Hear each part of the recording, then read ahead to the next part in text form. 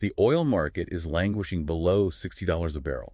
So this massive intervention, it doesn't have an immediate economic payoff. So the consensus in the sources is that removing Maduro was actually the easy part. The relatively easy part, yeah.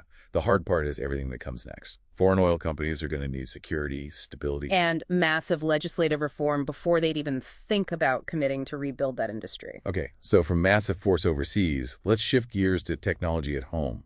Specifically, U.S. Immigration and Customs Enforcement, ICE. Right. They've had this huge, unprecedented $75 billion infusion from Congress. And with that money, they're deploying some powerful new tools.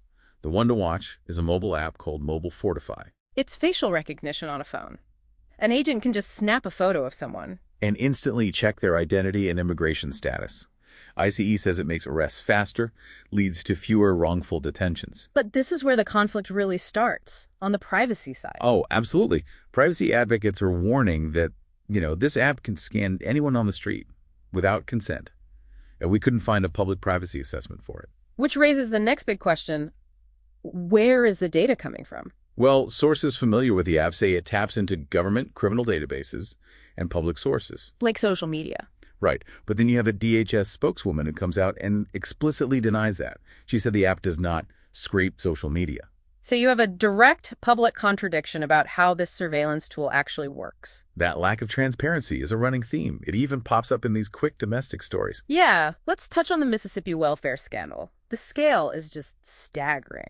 At least $77 million in federal aid, money meant for the absolute neediest families. It was used to rent a private softball field and build a university volleyball stadium. It's absurd. And the only person set for federal trial this week is a former pro wrestler, Ted DiBiase Jr. And then, on a totally different front, this quick shift in corporate recruiting. It's a huge reversal.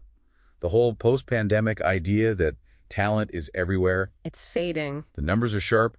A 2025 survey shows 26% of companies are now only recruiting from a short list of elite schools. That's up from just 17% in 2022. And the reasons they give are rising costs and just being flooded with resumes that all look the same because they were written by ChatGPT. So when you pull back and look at all of this, the connecting thread is rapid, non-transparent change, whether it's in foreign policy, domestic policing, or even hiring. So before we wrap, where's Wall Street in all this? Still optimistic.